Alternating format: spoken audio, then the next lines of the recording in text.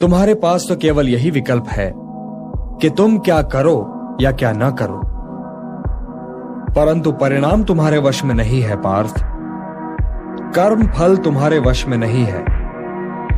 तुम्हारे अधिकार की सीमा इस विकल्प पर समाप्त हो जाती है कि तुम युद्ध करोगे या नहीं करोगे, किंतु युद्ध का परिणाम तुम्हारे हाथ में नहीं है। यदि तुम विजय चाहो भी तो यह आवश्यक नहीं कि विजय तुम्हारी ही हो जाए, तुम्हारी पराजय भी हो सकती है।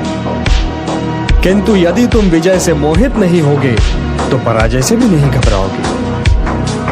यदि तुम ये सोचो पार्थ कि चाहे विजय हो चाहे पराजय, किंतु तुम तो केवल इसलिए युद्ध कर रहे हो कि युद्ध करना तुम्हारा कर्तव्य है, तो विजय के सुख या पराजय के दुख का प्रश्न ही नहीं उठता। विजय और पराजय, जीवन और मृत्यु, सुख और दुख के प्रश्नों में ना उलझो और युद्ध करो। यदि इस युद्ध में तुम्हारी विजय हुई तो पृथ्वी का राज्य और यश भोगोगे, और यदि वीर गति को प्राप्त हुए तब भी यश के साथ साथ स्वर्ग पाओगे। इसलिए हे कौन्तेय, उठो, सुख दुख, लाभ हानि, जय पराजय सबको समान समझो और युद्ध करो, कि यही तुम्हारा क्षत्रिय कर्तव्य भी है और मानव धर्म भी।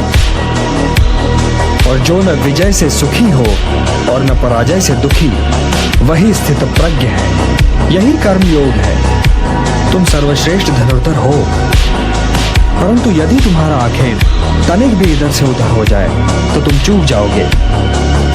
तुम्हारा अधिकार तुम्हारे वाण संधान पर है, तुम्हारा अधिकार तुम्हारी दृष्टि पर है, परंतु उस मृग पर तुम्हारा कोई अधिकार नहीं जिसकी ओर तुम बाण चला रहे हो। हे धनंजय, सत्पुरुष कभी अपने अधिकारों की सीमा का उल्लंघन नहीं करते, अर्थात अपने कर्म में स्थिर रहो पार्थ, स्थिर रहो, क्योंकि कर्म की कुशलता का ही नाम योग है। मेरा हाथ तो अब भी गांडीव की ओर नहीं बढ़ रहा है केशव। मेरी समझ में तो अब भी ये नहीं आ रहा है कि इस युद्ध से लाभ क्या होगा।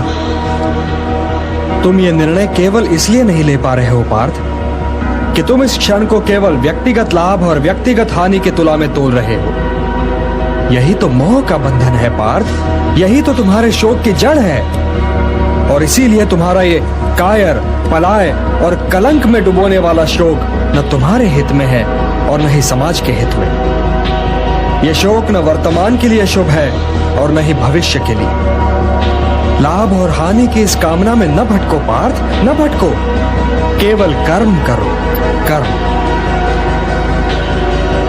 हे पार्थ, सामान्य पुरुष विषय का ध्यान करता है और विषय का ध्यान उसे आसक्त बना देता है। इस आसक्ति या लगाव से काम का जन्म होता है। जब काम की पूर्ति नहीं होती तो क्रोध उत्पन्न होता है। जब क्रोध उत्पन्न होता है तो विषय के प्रति मोह और बढ़ जाता है, और जब मोह और बढ़ जाता है पार्थ, तो सोचने की शक्ति भटक जाती है।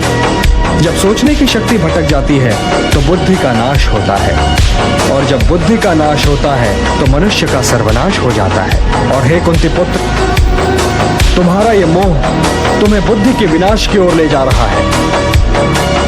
तनिक सोचो पार्थ कि जिसके पास बुद्धि ही ना होगी उसे शांति कैसे मिल सकती है।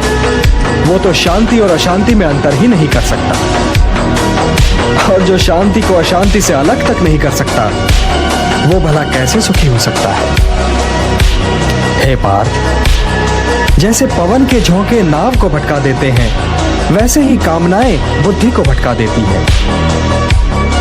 इंद्रियाणाम हि चरताम यन्मनो अनुविधीयते तदस्य हरति प्रज्ञाम वायुर्नावम इवाम्भसि। इसलिए हे महाबाहो, अपनी इंद्रियों को अपने वश में रखो, स्वयं ही उनके वश में न हो जाओ।